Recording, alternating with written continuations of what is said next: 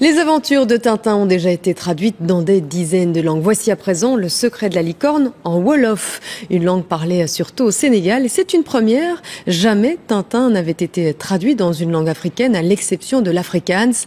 C'est une ASBL belge qui est à l'origine du projet. Jean-François Noulet. Tintin en personne a fait le déplacement pour cet événement, la présentation de la traduction d'une de ses aventures, Le secret de la licorne, en Wolof, une langue parlée par 11 millions de personnes, principalement au Sénégal, ainsi qu'en Gambie et en Mauritanie. Cette traduction est l'initiative d'une ONG belge active au Sénégal. Les bénéfices de la vente serviront à distribuer des exemplaires du livre dans les écoles et bibliothèques sénégalaises, car le Wolof se parle depuis toujours, mais il ne s'écrit et ne se lit que depuis 40 ans. Ils savent parler leur langue, mais ils ne savent que très peu la lire et l'écrire.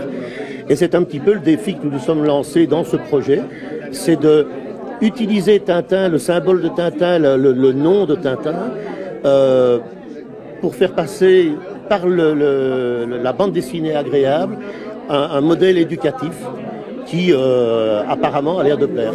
Évidemment, tout y est, même les jurons du capitaine Haddock. Khali. Bundengi, ngalax ndiku yi, takkantaan yi. Cette comédienne sénégalaise a supervisé la traduction.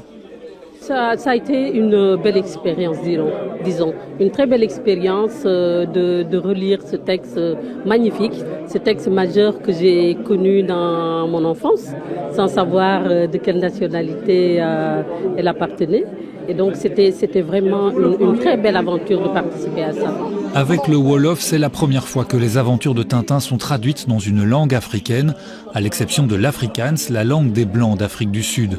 Et qui sait, cette première sera peut-être suivie d'une récidive, car en principe, après avoir découvert le secret de la licorne, Tintin et ses amis ont pris la mer à la recherche du trésor de Rackham le Rouge.